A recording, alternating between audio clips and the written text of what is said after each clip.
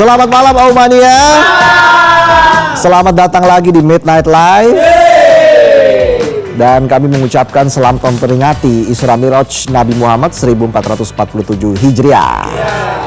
Apa kabar penonton? Baik. Masih kerja? Masih. Totalitas tanpa batas. Bosnya liburan, penontonnya lemburan. Kacau. Kerja apa dikerjain? Bersyukur aja. Disyukuri. Syukurin. Ya udah langsung aja kita mulai, inilah Midnight Live.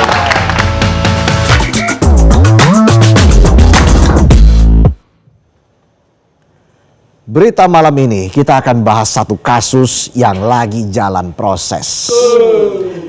Belum putus, belum vonis, masih belum ada yang dinyatakan salah atau benar. Tapi ceritanya panjang, ruwet, dan kalau nggak diurut pelan-pelan, bisa salah urat. Salah paham. Saya ceritakan pelan-pelan ya, biar jelas. Biar penonton nggak bingung dan nggak asal percaya. Pelan-pelan aja kayak biri-biri. Biri-biri kan jalannya pelan. Kalau dia jalannya cepat, buru-buru. Jadi begini ceritanya begini. Nama Adly Fairuz, aktor yang kesohor lewat sinetron Cinta Fitri ini, lagi digugat secara perdata dan juga dilaporkan secara pidana. Penonton tahu nggak Adly Fairuz? Pantesan banyak dramanya. Keseringan nonton sinetron. Gayanya sok pusing padahal nggak punya agenda penting. Itu hidup kalau direkam kagak bisa di-highlight. Isinya slow motion semua. Woles. Tapi ingat, semua hal yang menyeret Adly Fairuz itu masih berupa dugaan. Kuasa hukum pihak penggugat Farly Lumopa bilang gugatan perdatanya sudah didaftarkan ke Pengadilan Negeri Jakarta Selatan. Dan laporan pidananya ke Polres Metro Jakarta Timur. Nah, cerita ini sebetulnya bermula dari hubungan antara Abdul Hadi, pihak penggugat, dan Agung Wahyono, kenalan si Abdul Hadi. Di awal-awal belum ada tuh nama Adly Fairuz. Udah mirip lah kayak cerita-cerita sinetron. Di awal-awal belum ketahuan tuh siapa tokoh utamanya. Masih ngalor ngidul nebak-nebak. Nah, ngomong-ngomong soal nebak-nebak, gue punya tebak-tebakan. Lalapan apa yang bahaya? Lalapan liar. Ada lagi. Kenapa kuntilanak pakai daster? Kalau pakai tank top masuk angin. Masa kuntilanak punggungnya ada bekas kerokan? Hewan apa yang suka rebahan? Kang Turu. Kang Turu. Ya udah balik lagi aja kita yang baca berita ya. Kata Farly, di tahun 2023, Agung Wahyono ngenalin Abdul Hadi ke pihak yang mengaku-ngaku bisa bantu anak Abdul Hadi lolos seleksi Akpol. Julukannya Jenderal Ahmad. Nah ini sampai sini harusnya Abdul Hadi bisa cari tahu dulu siapa itu Jenderal Ahmad. Kan jenderal di polisi nggak banyak. Yang banyak itu kan polisi tidur. Soalnya di jalanan rumah gue banyak tuh. Ada aja tiap minggu polisi tidur baru. Kayak lagi capek banget. Mana ada coba penonton tidur. Jangankan tidur, hari libur aja disuruh lembur. Bosnya liburan, penontonnya lemburan. Dan kalau kita baca berita, kata Polri sih, daftar seleksi Akpol itu gratis. Dan pendaftaran Akpol itu sekarang via digital. Jadi susah kalau mau pakai bantuan ordal. Katanya Polri. Kalau faktanya jauhnya. Bahkan Farly bilang menurut keyakinannya nama Jenderal Ahmad itu bikin curiga. Dan sangat asing di kupingnya. Ingat, yang saya ceritakan itu semua masih klaim dari pihak penggugat. Belum kesimpulan. Tapi klaim inilah yang kemudian jadi dasar perkara. Seiring berjalannya waktu, Farly mengetahui kalau si Agung Wahyono dapat perintah dari sosok Jenderal Ahmad ini. Agung disuruh si Jenderal buat cari orang-orang yang berminat masuk Akpol. Wah, ini emang udah niat nyari ini kayaknya ya. Singkat cerita, waktu terus berjalan, seleksi berjalan, dan hasilnya Abdul Hadi cuma dapat kegagalan, kekecewaan, dan kerugian. Anaknya dinyatakan tidak lolos seleksi Akpol. Nggak cuma sekali, tapi 2 kali. Pertama di tahun 2023 dan terulang lagi di tahun 2024. Ini juga kocak. Udah sekali nggak lolos, masih nggak kapok juga. Ngotot banget pengen anaknya jadi polisi. Kan belum tentu jadi polisi itu passion anaknya. Siapa tahu passionnya mau jadi buah ya. Ya, passion fruit ya. Misal nih si anak passionnya main PUBG. Iya sih, PUBG game tembak-tembakan. Tapi kalau terus dipaksa jadi polisi bisa bahaya. Bukannya kejar maling malah push rank. Maling lepas gak masalah, yang penting winner chicken dinner. Farli bilang karena anaknya gagal terus, Abdul Hadi mulai nagih. Bukan nagih janji, tapi nagih duit yang sudah dikasih ke sosok Jenderal Ahmad. Jadi klaim-klaim tentang sosok Jenderal Ahmad bikin Abdul Hadi rela setor duit sampai 3,65 miliar rupiah demi anaknya jadi polisi. Banyak. Buset, 3,65 M cuma buat lolos seleksi Akpol. Coba kita mikir yang realistis aja deh ya. Misal nih anaknya lolos Akpol. Emang yakin balik duitnya? Padahal kalau kita lihat peraturannya, gaji dan tunjangan selevel jenderal aja kalau sampai di total itu 44 sampai 45 juta per bulan.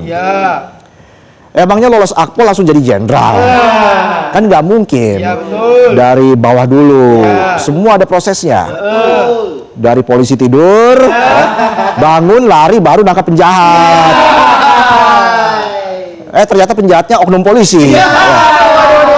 Calo Akpol juga. Kayak kasus di Polres Pekalongan.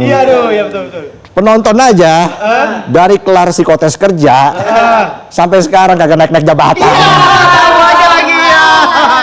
Stuck. Emang penonton udah kerja dari kapan sih?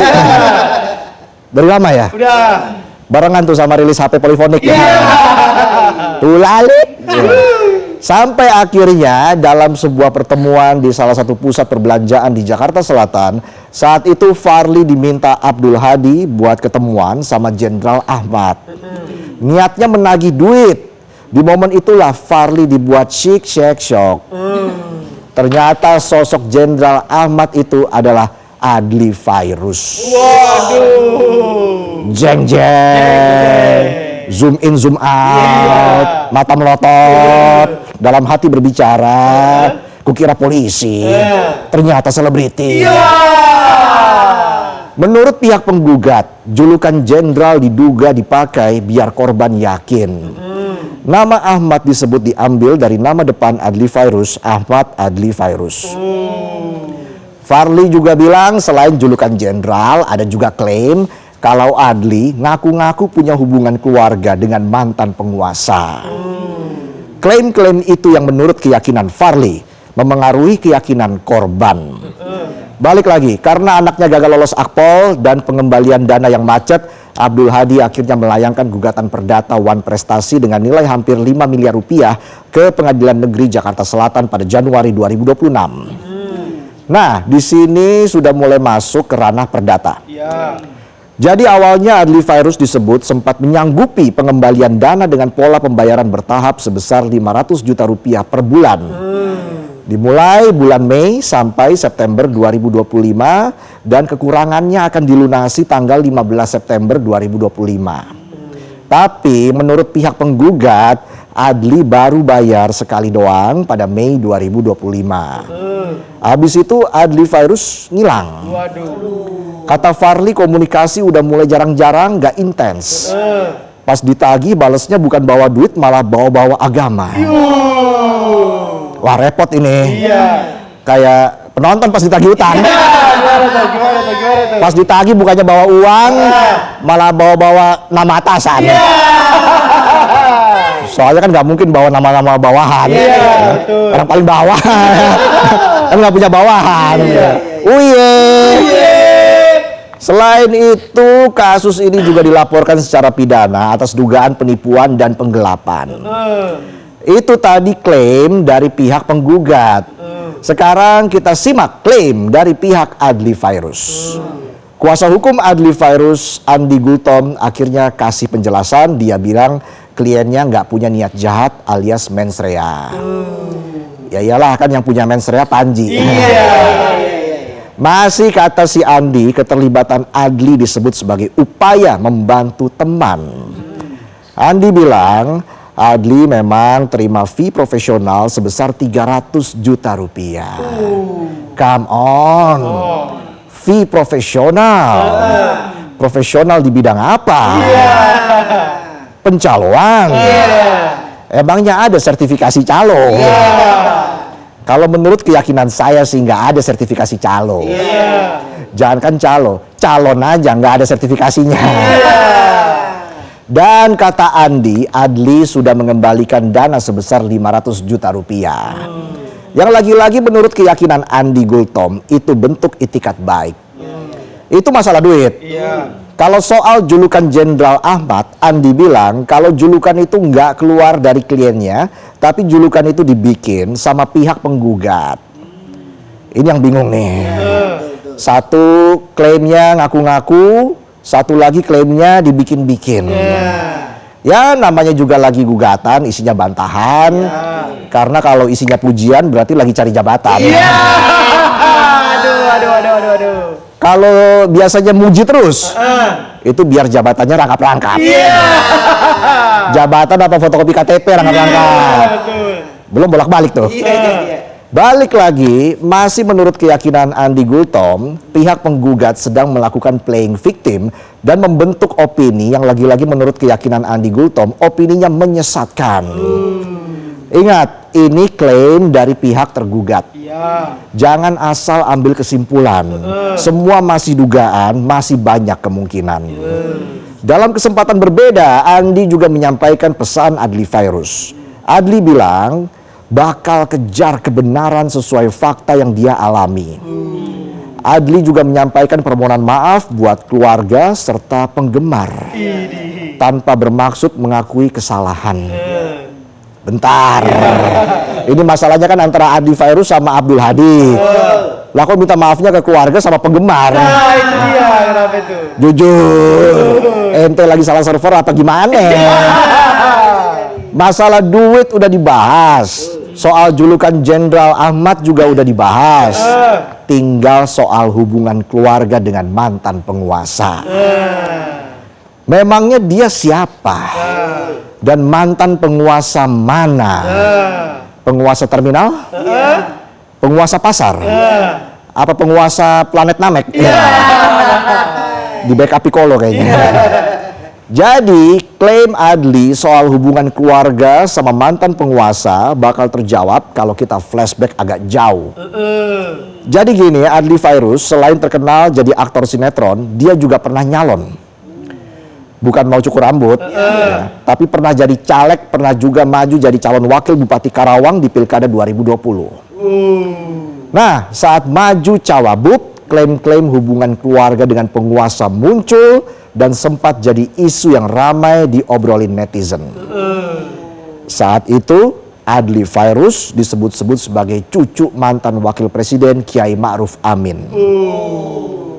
Saking ramainya diomongin di medsos, jubir Wapres saat itu yakni Mas Duki Baidlawi dikejar-kejar wartawan. Sampai akhirnya Mas Duki kasih jawaban, kalau Adli Fairuz itu nggak pas disebut cucu Kiai Ma'ruf Amin.